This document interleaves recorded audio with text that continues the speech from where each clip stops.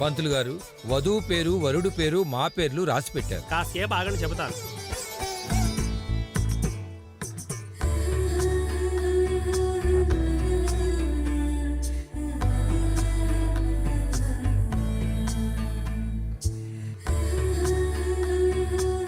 పంతులు గారు, కాఫీ తీసుకోండి.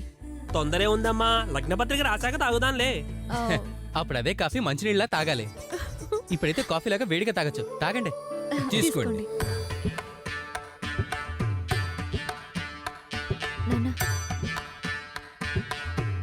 అమ్మి, పేరులు రాసిన పేపరు అల్మరాలో పెట్టాను, తీసుకురా అమ్మి.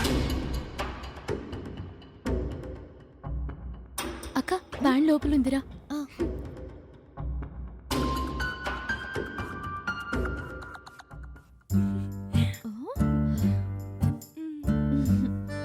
తొందరపడమాకే. ఇప్పుడు లగ్న పత్రికలో మీ ఇద్దరు పేర్లు చదువుతారు. విని ఆనందించు. వెళ్ళు. అమ్మో, నాకు సిగ్గు, భయం, బిడియం. నేను వెళ్ళనక్క. సరే అయితే ఇక్కడే ఉండు.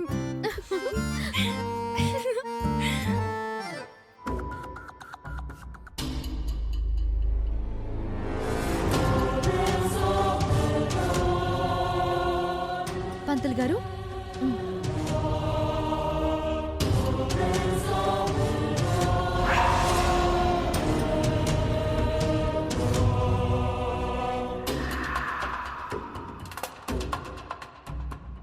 కూర్చోవారు.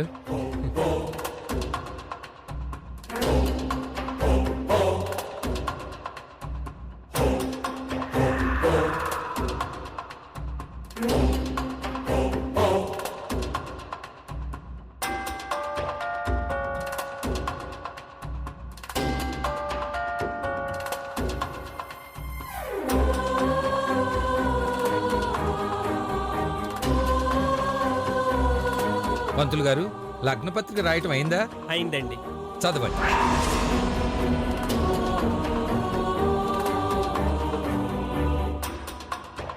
స్వస్తి స్త్రీ చాంద్రమాన శ్రీ దుర్ముఖి నామ సంవత్సర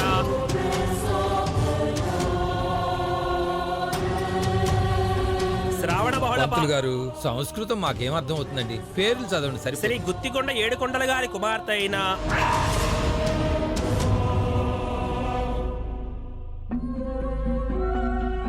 చిరంజీవి లక్ష్మీ సౌభాగ్యవతి.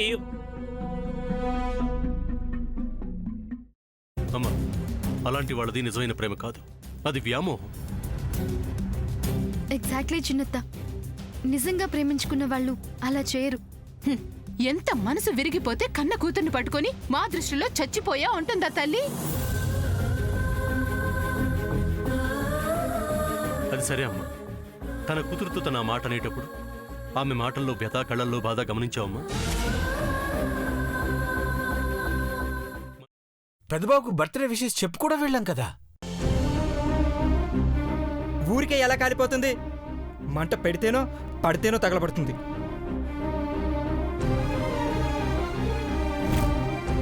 కరెక్ట్ చిన్నబాబు, నీకొచ్చినట్టే నాకు డౌట్ వచ్చింది.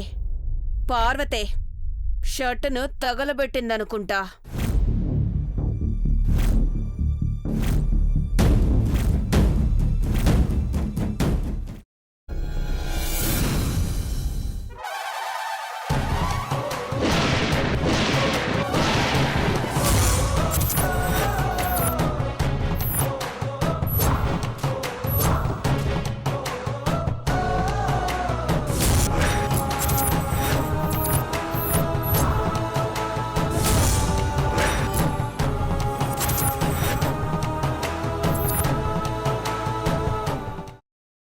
తర్వాత పొట్టు తీసేసి చాప్ చేసి పక్కన పెట్టుకోవాలి.